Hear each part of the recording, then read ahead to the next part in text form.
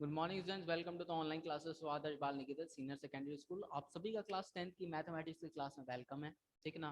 तो last class में हम लोग linear equation in two pair of linear equation in two variables के बारे में पढ़ रहे थे। तो इसको प्रोसीड करेंगे आज। Pair of linear equation in two variable, इसको प्रोसीड करने से पहले आपको बता दूं कि हम लोग ने एक्सरसाइज 3.1 के रिगार्डिंग जो भी थे एग्जाम्पल्स थे वो मैंने बताए थे, और एक्सरसाइज 3.1 आपको लिए होमवर्क था, क्योंकि इसमें 3 ही क्वेश्चन थे, वो भी मैंने बता दिए थे उसके रिलेटेड एग्जाम्पल। तो ये आपके लिए होमवर्क है, प्रैक्टिस वर्क है, और इस क्वेश्चन को 2 से 3 बार जरूर लगाइएगा। एक बार नहीं, 2 से 3 बार बोल रहा हूँ, कोई वजह से बोल रहा हूँ, वरना आप नहीं लगा पाएंगे एग्जाम में। नेक्स्ट देखिएगा, आज हम लोग सीखेंगे graphical method for finding the solution of pair of linear equation.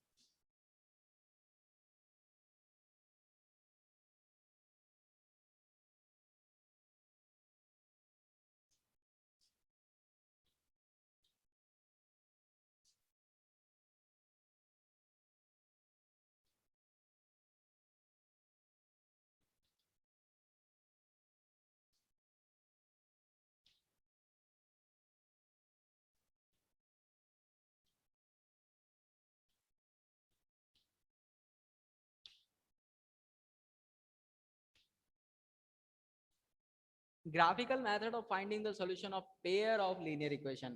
जब आपके पास पेयर ऑफ लीनियर इक्वेशन दिए हों, उसके ग्राफिकल मेथड से उसके सॉल्यूशन को निकालना, कोई जानता है क्या?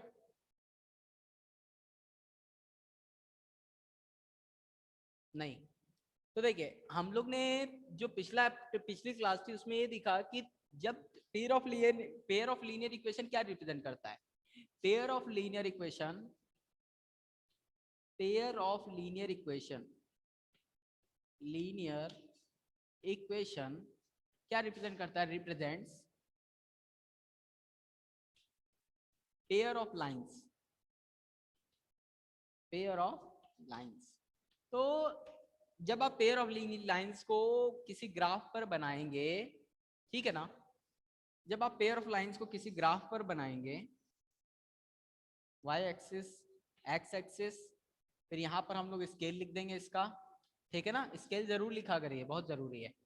पेयर ऑफ लीनियर इक्वेशन को रिप्रेजेंट करता है पेयर ऑफ लाइन। मान लीजिए आपको दो पेयर ऑफ लीनियर इक्वेशन ऐसे दिए हैं, a1x plus b1y plus c1 equal to 0 and a2x plus b2y plus c2 equal to 0। ये दो लीनियर इक्वेशन दिए हैं। अब आपको इस पर रिप्रेजेंट करना है। तो हम लोग ने लास्ट क्लास में पढ़ा था कि ऐसी 3 पॉसिबिलिटीज होती हैं लाइंस की, ठीक है ना। क्या क्या पॉसिबिलिटी थी? पहली पॉसिबिलिटी ये थी कि हो सकता है दोनों लाइन एक दूसरे को कहीं पर कट करें, तो ये पॉइंट कॉमन आता था दोनों में। और एक संभावना ये होती थी, एक पॉसिबिलिटी ये होती थी कि दोनों लाइन क्या हो, आपस में पैरेलल हो। एक पॉसिबिलिटी ये होती थी थर्ड, कि दोनों लाइन एक दूसरे के ऊपर आ जाएं। पहली लाइन ये रही, दूसरी लाइन इसी के ऊपर है। तो ये था, ये 3 पॉसिबिलिटीज थी, इंटरसेक्शन, पैरेलल, कोइंसिडेंट। तो ये 3 पॉसिबिलिटीज थी इन तीनों की। तो इसमें ध्यान दीजिएगा, सोल्यूशन क्या है? सोल्यूशन क्या होता है? कोई बता सकता है किसी भी इक्वेशन का सोल्यूशन क्या होता है? What is the solution of a equation? Sir X and Y की वैल्यू। हाँ, एक्स एंड वाई की वैल्यू नहीं, एक्स एंड वाई की ऐसी वैल्यू जो उस इक्वेशन में डाल के हम उसे सेटिस्फाई करा सके। सेटिस्फाई करें। एक्स एंड वाई की ऐसी वैल्यू जो इस इक्वेशन को सेटिस्फाई करे। यानी कि मैं इस इक्वेशन का आंसर 0 चाहता हूँ। इक्वेशन का मतलब इस इक्वेशन का वैल्यू क्या चाहता हूँ? 0। तो एक्स और वाई की ऐसी वैल्यू डालूंगा कि इसको सॉल्व करने पे आंसर 0 आ जाए। तो उस पेयर ऑफ एक्स वाई की वैल्यू को इस इक्वेशन का सोल्यूशन बोलेंगे, ठीक है ना। तो कोई ऐसा डाउट किसी को अभी भी डाउट है क्या सोल्यूशन ऑफ इक्वेशन? कोई ऐसा जो अभी भी नहीं समझता है सोल्यूशन ऑफ इक्वेशन तो बताए, वो साफ। Sumit? No sir. No sir. Sumit Chaumal?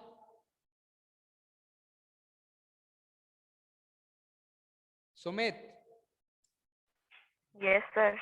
चलिए, अगर नहीं समझ में आया तो पूछेगा।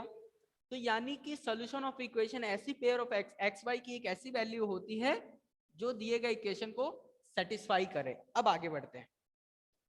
तो एक स्टेटमेंट मैंने लिखवाया था, अगर आपको याद हो उसको देख लेते पहले।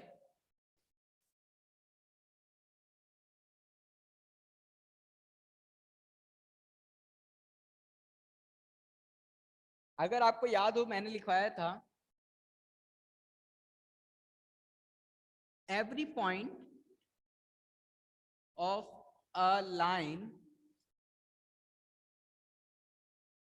every point of a line is equation, is solution of equation, and every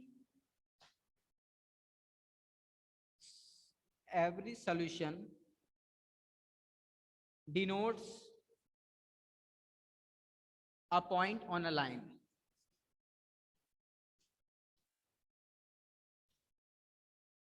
इस लाइन का मतलब मैंने बताया था कि अगर आपको एक्स वाई कोऑर्डिनेट पर कोई एक लाइन दे दी जाए, तो पहली लाइन का, ऊपर वाली लाइन का मतलब समझिए, ऊपर वाले का सिर्फ, कि हर एक पॉइंट, इस पर आने वाला हर एक पॉइंट किसी ना किसी एक्स वाई के कोऑर्डिनेट को डिनोट करेगा।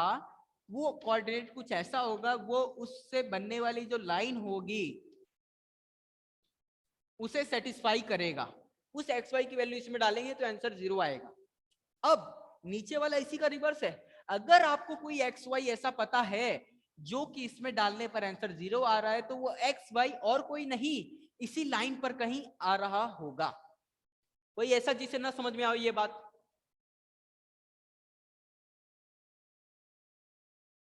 ओ साहब, सर एक बार वापस बताओ।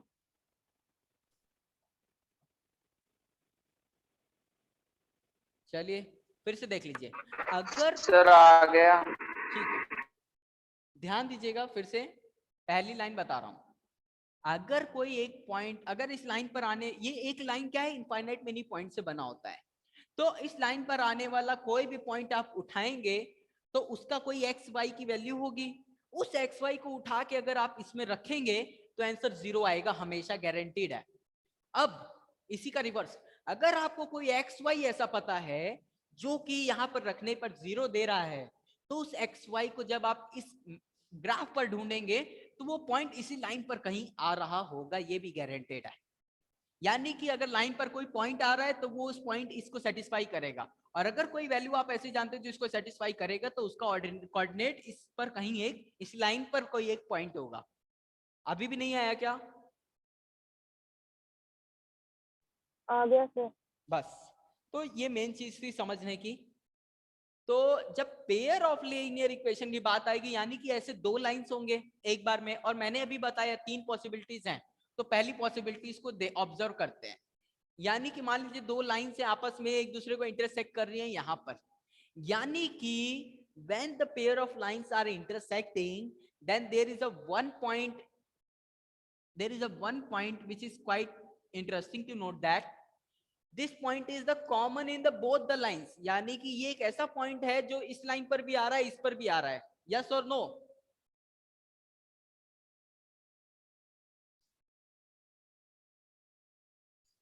ये देखिए, क्या ये पॉइंट यहां पर, ये जो पॉइंट है, क्या इस वाली लाइन पर और इस पर दोनों पर आ रहा है कि नहीं आ रहा है? आ रहा है सर। आ रहा है। तो मैंने अभी सर आ बताया गए। कि हर एक पॉइंट के लिए कोई ना कोई सॉल्यूशन, यानी कोई ना कोई वैल्यू एक्स वाई होती है जो कि उस इक्वेशन को सेटिस्फाई करती है। तो अगर ये एक ऐसा पॉइंट है एक्स वाई जो कि सॉल्यूशन को सेटिस्फाई करेगा, यानी कि एक्स वाई एक ऐसा कोऑर्डिनेट है, एक्स वाई एक ऐसा कोऑर्डिनेट है कि इस इक्वेशन को भी सेटिस्फाई करेगा एंड इसको भी करेगा। नहीं समझ में आया बात?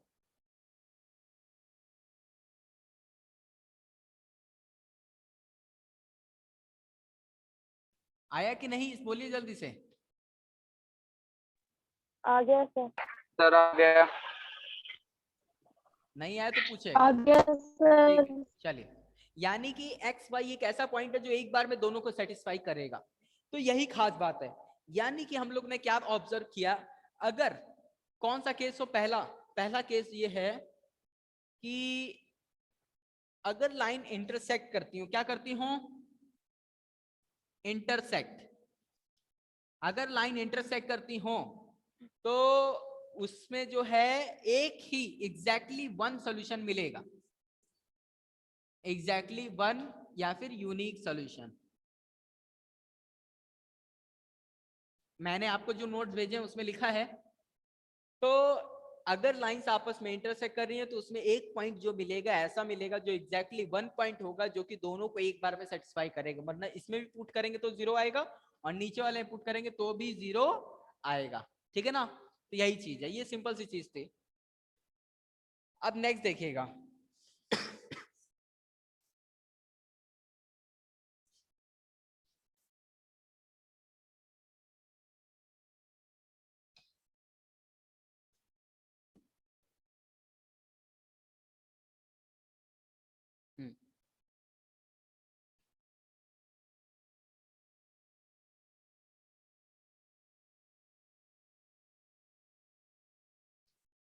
नेक्स्ट देखिएगा, इसको देखिए। अब आप लोग खुद से बताइएगा कि अगर दोनों लाइंस पैरेलल होंगी तो इसके जो भी सॉल्यूशंस होंगे क्या वो इसके भी सॉल्यूशंस होंगे, यस और नो? No sir. और कोई जिसे डाउट है कि सर मैं इस बात को जज नहीं कर पा रहा हूं? कोई और ऐसा जिसे डाउट है कि ये बात जज नहीं कर पा रहे हैं? या सर आप जो पूछ रहे हैं वो समझ नहीं आ रहा है? जब दो लाइंस आपस में पैरेलल होंगी, मान लीजिए ये वाला इक्वेशन डिनोट कर रहा है, ये ऊपर वाला a1x plus b1y plus c1 है, नीचे वाला a2x plus b2y plus c2 है, इक्वल टू 0। क्या ये दोनों के दोनों इक्वेशन, ऐसा कोई xy होगा, ऐसा कोई एक ऐसा पॉइंट होगा जो दोनों पे आए, यस और नो?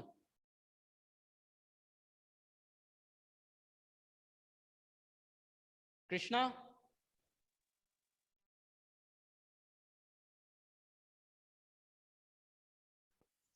Yes sir. ऐसा कोई पॉइंट होगा जो दोनों पे आए?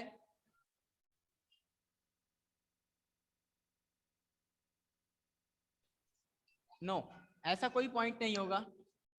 आप खुद से देखिए, ये लाइन इधर जाती जाएगी इनफाइनाइट, उधर जाती जाएगी, ये भी इधर इधर जाती जाएगी, पैरेलल है दोनों लाइन।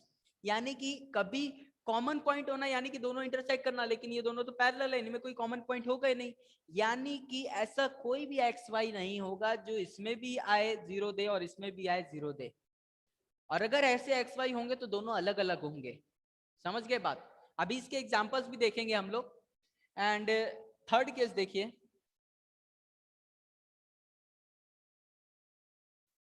कोइंसिडेंट।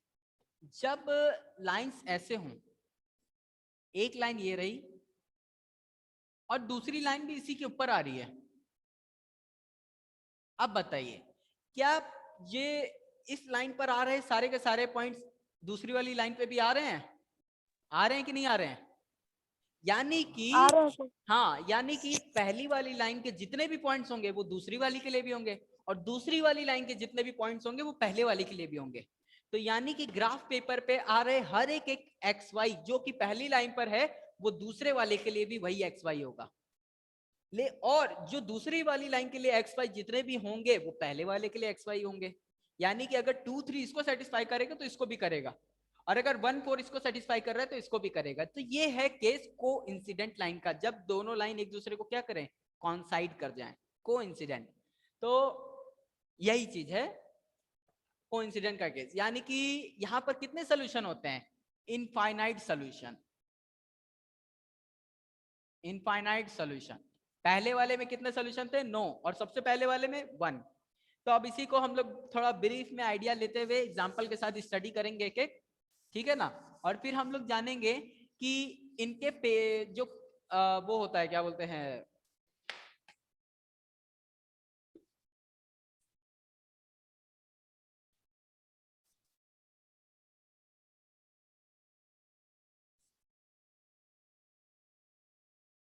देखिएगा नेक्स्ट देखिए, तो अब हम लोग इसको एक एक करके स्टडी करेंगे। एग्जाम्पल जो आपने एग्जाम्पल मैंने उस दिन बताया था उसी एग्जाम्पल से रिलेटेड करके कर रहा हूं। जैसे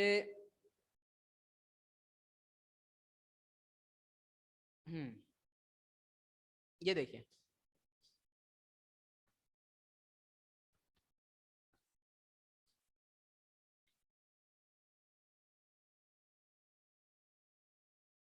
जिनकी जिनकी कॉपी नहीं चेक है कंप्लीट करके चेक करा लें। 2 चैप्टर कंप्लीट हो गया है।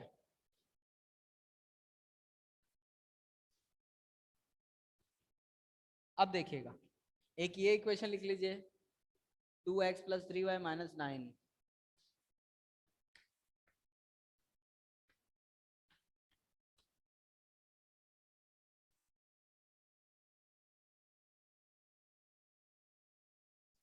Four x + 6y - 18।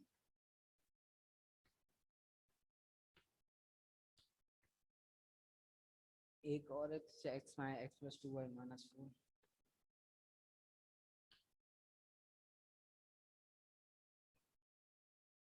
and 2x + 4y - 12।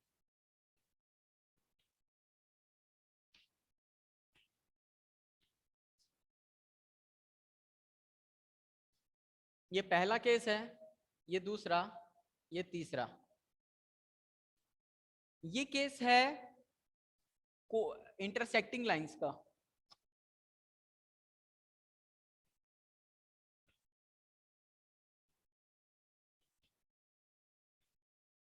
ये है पैरेलल का और ये है कोइंसिडेंट का। ध्यान दीजिएगा, जब इन दोनों इक्वेशन का आप ग्राफ प्लॉट करेंगे तो इनका ग्राफ कुछ ऐसा बन के आएगा, दोनों लाइन एक दूसरे को कहीं काटेंगे। तो यानी कि एक पॉइंट ऐसा होगा जो एक्स वाई, ऐसी कोई एक एक्स वाई, मान लीजिए 4 2 आपको मिल गया।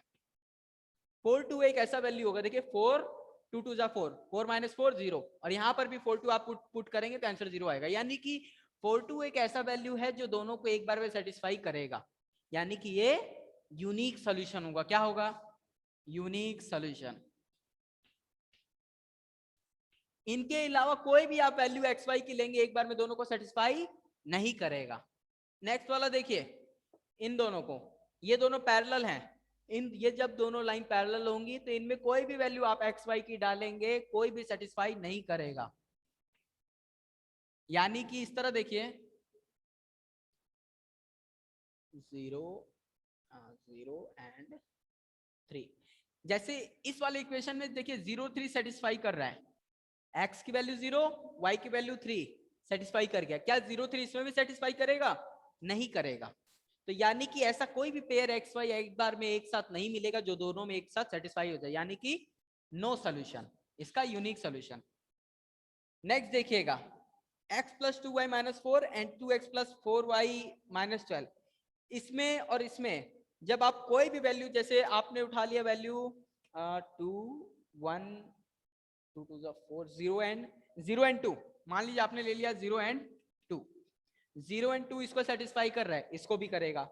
यानी कि इसी तरह आप कोई और भी वैल्यू लेंगे तो इसमें हर एक एक वैल्यू जो एक्स वाई इसमें सेटिस्फाई करेगा वो इसमें भी करेगा, और जो एक्स वाई इसमें करेगा। कोइंसिडेंट वाला लाइन वाला नहीं होगा क्या? क्या चीज? Infinite many solution.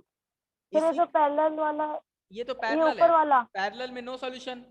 ये है sir, intersection of a line. ये लास्ट वाला है कोइंसिडेंट, तो इसमें इनफाइनाइट मेनी सॉल्यूशन आएंगे।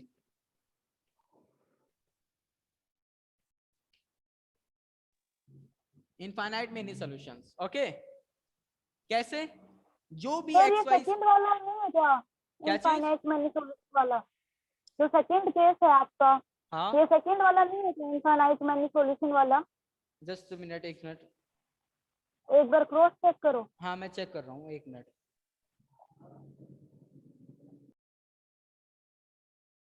ओ हाँ, सही सही है, ये वाला इनफाइनाइट का है, वो नो सॉल्यूशन का है।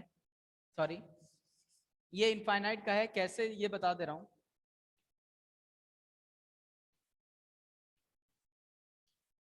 एंड ये नो नो सॉल्यूशन। कैसे इनफाइनाइट का है, कैसे नो सोल्यूशन का है, देख लीजिए। इसमें जो भी वैल्यूज आप लेंगे, ठीक है ना, यहाँ पर ये भी सेटिस्फाई कर रहा है, 0 3 इसमें सेटिस्फाई कर रहा है, इसमें भी करेगा। लेकिन जो 0 2 इसमें कर रहा है वो इसमें करेगा, 0 की वैल्यू 2 4 4 2 8, ये सेटिस्फाई नहीं कर रहा है। यानी कि इसमें कोई भी एक्स वाई ऐसा नहीं होगा जो दोनों में एक साथ सेटिस्फाई कर, लेकिन इसमें जो भी एक्स वाई होगा वो इसके लिए भी होगा, और जो इसके लिए एक्स वाई होगा वो इसके लिए भी होगा। तो इसमें इनफाइनाइट मेनी सॉल्यूशंस हो जाएंगे। अब हम लोग देखेंगे कि दिए गए इक्वेशंस में जो इनका कोफिशिएंट होता है उनसे क्या रिलेशन है ना। तो इन इक्वेशन को ध्यान से देखिएगा, इधर लिख दे रहा हूं मैं, रिलेशनशिप बिटवीन कोफिशिएंट्स, है ना, कोफिशिएंट्स का रिलेशन। हम डायरेक्टली कोफिशिएंट्स को देख के कैसे पता करेंगे कि वो किस टाइप का होगा। तो देखिए इन दोनों इक्वेशन को ध्यान से देखिए, इसका कोफिशिएंट क्या है 1 और इसका -2, इसका 3 and 4। क्या 1/2 -2/3 के बराबर होता है?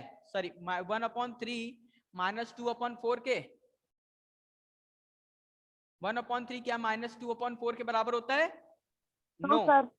तो ये इसका मतलब क्या हो गया कि अगर ये इक्वेशन को हम लोग A1 B1 C1 A2 B2 C2 माने, तो A1/A2 बराबर नहीं होगा B1/B2 के। ये हो गया पहला इसका केस। सेकंड का देखिएगा, ठीक है ना, इसका देखिएगा, इस वाले के लिए, इस वाले के लिए ध्यान दीजिए, क्या 2/4 बराबर है 3/6 के, और -9/18 माइनस इसके बराबर है, यस और नो? Yes sir. बराबर है। तो ऐसा ही कुछ होता है जब लाइंस आपस में पैरेलल होंगी, तो A1/A2 B1/B2 एंड C1/C2 ये हो जाएगा, ठीक है ना। लास्ट वाला ध्यान दीजिएगा, लास्ट वाले में 1/2 क्या 2/4 बराबर है -4/12 के? नो सर, 2/4 ये दोनों तो बराबर हैं, लेकिन ये लास्ट यस वाला सर। नहीं है। तो ऐसा ही कुछ इसके कोफिशिएंट्स का रिलेशन होता है। जब इक्वेशन ऐसा हो जिनके नो सॉल्यूशंस हो, तो उसमें A1/A2 B1/B2 के बराबर तो होता है, but not equal to C1/C2। Okay, तो ये चीज थी कोफिशिएंट्स में रिलेशन। इंपॉर्टेंट है ये चीज जो आज बताया, ठीक है ना, आपकी अंडरस्टैंडिंग के लिए इसको समझ में आना चाहिए। नहीं आ रहा तो पूछिएगा जरूर। अब इससे रिलेटेड कुछ सॉल्यूशंस आज लगाएंगे, यानी कि हम लोग पेयर ऑफ लीनियर को इक्वेशन को देखते ही आइडिया लगा सकते हैं कि वो यूनिक सॉल्यूशन देगा या नहीं देगा, और ग्राफिकली उसे प्लॉट कर सकते हैं।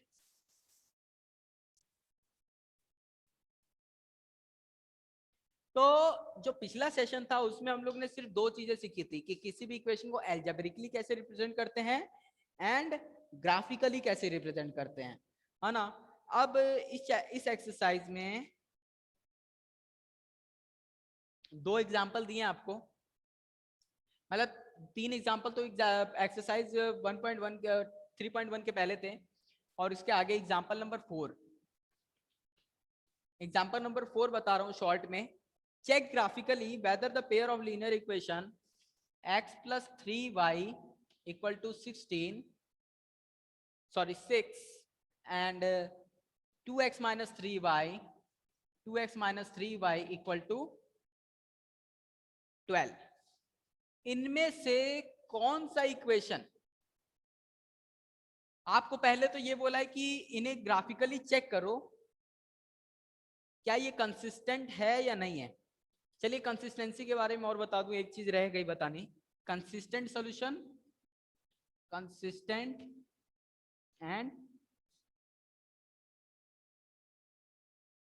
एक मिनट, इनकंसिस्टेंट।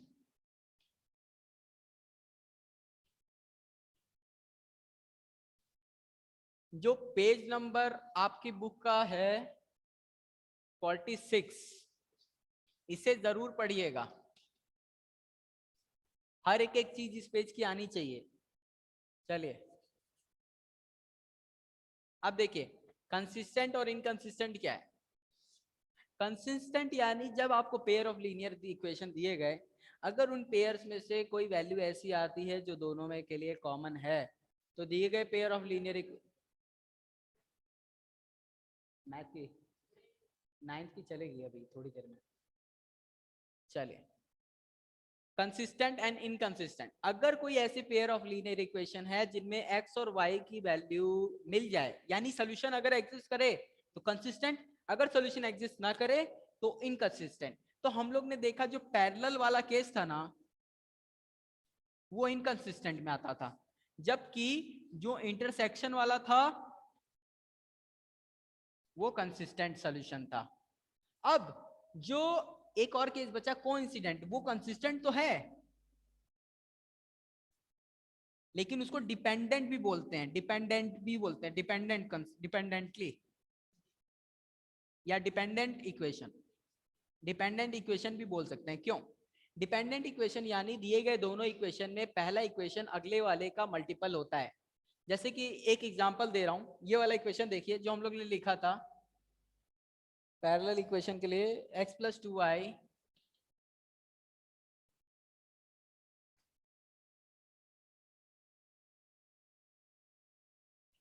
(2x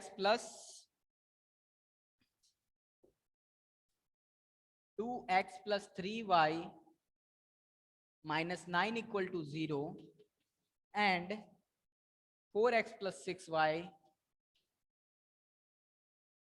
-18 = 0। इस इक्वेशन को नोटिस करिए, क्या पहले वाले इक्वेशन में 2 से मल्टीप्लाई करें तो ये वाला इक्वेशन बन जाएगा? Yes, 2 × 2 = 4x, 3 × 2 = 6y and -9 × 2 18। तो यही चीज है कि जब हमारा कंसिस्टेंट हो, मतलब हमारा कोइंसिडेंट हो, जब हमारे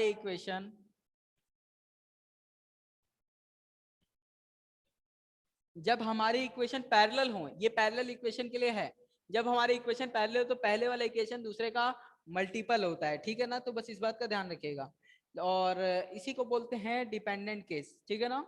ये पैरेलल वाला ही जो केस है ये डिपेंडेंट केस है। The line may be consistent in this case, the equation have infinitely solution and dependent consistent pair of linear equation, ठीक है? तो एक और जो इक्वेशन था जिसमें एक ये वाला इक्वेशन और देख लीजिए, मान लीजिए इसमें 18 है और यहाँ पर -6 है। अब जब 2 से मल्टीप्लाई करेंगे तो ये चीज इसके जैसी, इसके 2 के मल्टीपल नहीं बनेगी। तो ये केस है कोइंसिडेंट लाइंस का। कोइंसिडेंट लाइन यानी कि a1/a2 = b1/b2 but not c1 = c2, ठीक है ना? तो बस इस चीज का ध्यान रखिएगा, कब कंसिस्टेंट बोलेंगे कब इनकंसिस्टेंट बोलेंगे।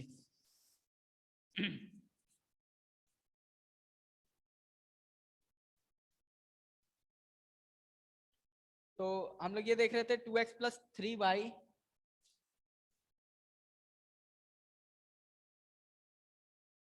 (2x - 3y) = 12, 2x - 3y = 12, इसको देख रहे थे। तो इसको करने से पहले ये देखिए, आपको बोला क्या है, इसे ग्राफिकली भी चेक करो पहले और ये बताओ कि ये कंसिस्टेंट है कि नहीं। कंसिस्टेंट होने के लिए कंसिस्टेंट का केस कौन कौन सा था? कंसिस्टेंट के 2 ही केस थे, एक था इंटरसेक्शन और दूसरा कौन सा था? कोइंसिडेंट। कोई भी इक्वेशन इंटरसेक्शन वाला तब होता था जब a1/a2 not equal to b1/b2, and consistent coincident कब होता था? जब a1/a2 = b1/b2 but not equal to c1/c2। तो ध्यान दीजिए इस इक्वेशन कंसिस्टेंट वाला तो ये होगा a1/a2 = b1/b2 = c1/c2। बुक में तो ये दे रखा है कौन साइड वाला। हाँ यही होगा, गलती से लिख दिया मैंने। कोइंसिडेंट में ये होगा, थोड़ा सा बस याद रखना, एक्चुअली मुझे भी थोड़ी सी अभी याद नहीं है एग्जैक्टली, आदत नहीं है ना, बट ठीक है हो जाएगा, कोई वैसी बात नहीं, बस ध्यान रखिएगा, कोशिश करूंगा। तो कंसिस्टेंट तभी होगा जब या तो लाइन कोइंसिडेंट हो या तो इंटरसेक्टिंग को, पैरेलल में नहीं होगा। अब तो ये इक्वेशन कंसिस्टेंट तभी होगा जब या तो वो इंटरसेक्टिंग लाइंस हो या तो कोइंसिडेंट हो। तो इंटरसेक्टिंग लाइन होगी तो a1/a2 b1/b2 के बराबर नहीं होगा। तो देखिए पहले इस इक्वेशन को ऐसे लिख लीजिए, 1x + 3y - 6 = 0 and 2x - 3y - 12 = 0। तो पहले इक्वेशन के लिए a1 a2 a3 की वैल्यू देख लीजिए। a1 की वैल्यू क्या है 1, a2 की वैल्यू क्या है 3 and b2 a1 b1 and c1 की वैल्यू क्या है -6। ठीक है ना। अब इस इक्वेशन के लिए देखिए, इसके लिए क्या है a2 की वैल्यू क्या है 2, b2 की वैल्यू -3 एंड c2 की वैल्यू -12। अब देखिएगा जब आप इसे कंपेयर करेंगे, पहले इसके लिए देखते हैं, a1/a2 करिए, a1 1/2, क्या 1/2 बराबर है -3 अपॉन +3 के? नो। No sir. तो दिया गया इक्वेशन इंटरसेक्टिंग लाइंस का है, यानी कि आप जब इसका ग्राफ प्लॉट करेंगे तो ये पक्का बात है कि ये इंटरसेक्ट करेगा। यानी कि हमें बिना ग्राफ पता है, हमें ये पता चल गया कि ये ग्राफ का नेचर कैसा है। ठीक है ना। तो ये जो कंडीशन थी ये यूज होती है इस तरह से ग्राफ के नेचर को पता करने के लिए। ठीक है ना। तो अब देखिए, अब हमें पता चल गया कि ये इंटरसेक्टिंग का है। ठीक है ना।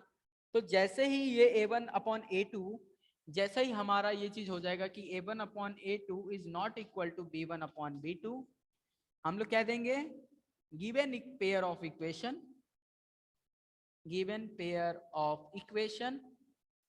Are consistent. ठीक है ना। अब देखिएगा, गिवन पेयर ऑफ इक्वेशन आपको कंसिस्टेंट पता चल गया। अब बोला कि अगर ये कंसिस्टेंट है तो इसे ग्राफिकली रिप्रेजेंट करो एंड सॉल्व भी करो। तो ग्राफिकली रिप्रेजेंट एंड सॉल्व करने का काम अब मैं करने जा रहा हूं, ध्यान दीजिएगा।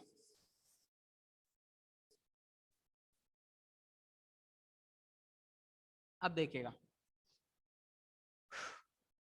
ग्राफिकली रिप्रेजेंट करने के लिए पहले आप एक्स एंड वाई के कोऑर्डिनेट्स पता कर लीजिए, पहले हर एक इक्वेशन का। ठीक है ना। तो इसको यही रहने देते हैं। पहले देखिए, इक्वेशन नंबर 1 ये है, इक्वेशन नंबर 1 ये है, 2 ये है। तो इक्वेशन नंबर 1 के लिए देख लीजिए, एक्स वाई। जब x की वैल्यू 0 होगी, जब x की वैल्यू इसमें 0 होगी तो y की वैल्यू क्या होगी 2। और जब x की वैल्यू y की वैल्यू 0 होगी तो x की वैल्यू क्या होगी 6। ठीक है, ये पहले के लिए पता चल गया। दूसरे के लिए देखिए,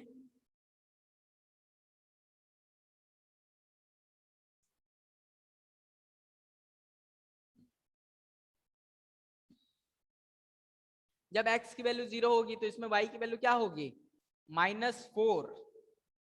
एंड जब y की वैल्यू 0 होगी तब x की वैल्यू क्या होगी 6। ठीक है ना। तो ध्यान दीजिए, जब इसका ग्राफ प्लॉट करेंगे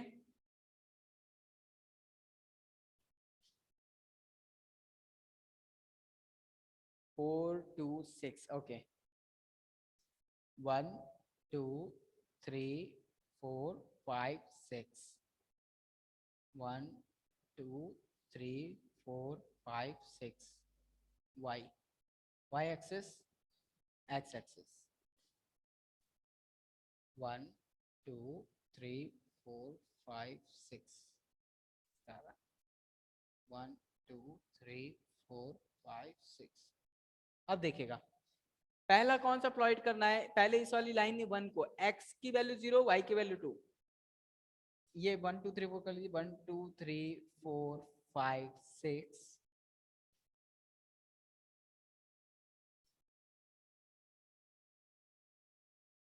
1 2 3 4 5 6, -1 -2 -3 -4 -5 -6 -7, -1 -2 -3 -4 -5 -6।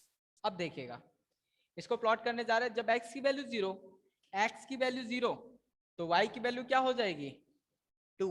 पहला पॉइंट ये रहा।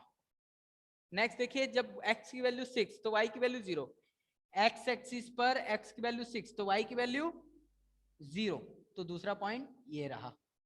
नेक्स्ट देखिएगा इसमें x की वैल्यू 0, y की वैल्यू -4, x की वैल्यू 0 देन y की वैल्यू -4 ये रहा।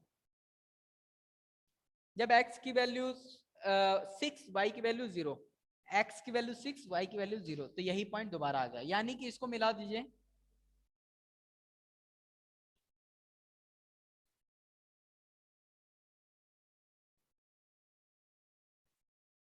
देखिए ये रहा सॉल्यूशन। मैंने बोला दोनों लाइन इंटरसेक्ट करेंगे, तो देखिए अपने आप ऑटोमेटिकली इंटरसेक्ट हो गया कि नहीं। अब बोला what is the solution of the equation. Solution of the intersecting lines are the common point in the both the lines. इस लाइन और इस लाइन पर आने वाली दोनों कॉमन पॉइंट्स कौन सी हैं, ये वाली, यानी कि 0,6 is our required solution. Okay, यही है। कोई ऐसा जिसे ना समझ में आया हो स्टूडेंट्स? सर एक बार स्केल लिखना बता दो ना। क्या चीज? स्केल। ठीक है, ग्राफ का स्केल ग्राफ लिखना बता रहा हूं। देखिए स्केल सबसे इंपॉर्टेंट है, बहुत ध्यान दीजिएगा। पहले एक्स एक्सिस के लिए देखिए, एक्स एक्सिस यहां से यहां तक को बोलते हैं 1 यूनिट। 1 यूनिट,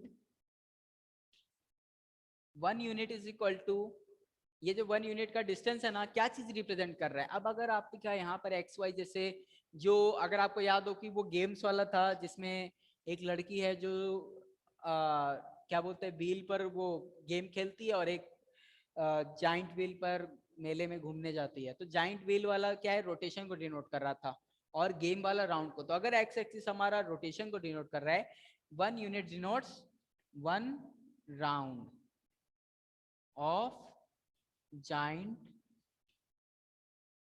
व्हील, ठीक है ना। और यहां से यहां तक की दूरी कितनी होती है 1 सेंटीमीटर। 1 सेंटीमीटर या फिर 1 यूनिट किसके डिनोट कर रहा है, 1 राउंड ऑफ जाइंट व्हील। और ये हो गया एक्स एक्सिस के लिए। इसी तरह वाई एक्सिस के लिए जब लिखना रहेगा, मैं यहां लिख दे रहा हूं, जब वाई एक्सिस के लिए लिखना रहेगा तो ऐसे लिखेंगे, वाई एक्सिस डिनोट करेगा, वाई एक्सिस ये क्या है 1 सेंटीमीटर, इसमें जो है 1 यूनिट को डिनोट कर रहा है, जो कि 1 यूनिट को आप क्या मान रहे हैं, 1 यूनिट को आप मान रहे हैं number of round game played, है ना, या फिर 1 राउंड गेम प्लेड, ठीक है ना। मैं आगे से जो भी सॉल्यूशन लिखवाऊंगा कोशिश करूंगा उसमें ये लिखवा दूं 1 2 3 स्केल, ठीक है ना। स्केल बहुत इंपॉर्टेंट है, ध्यान रखिएगा, ठीक है ना। और 3.1 में जो भी सॉल्यूशन है उसके स्केल जरूर लिखिएगा। चलिए आज के लिए इतना ही, फिर भी किसी को डाउट हो तो जरूर पूछिए व्हाट्सएप पे। Thanks for the joining class.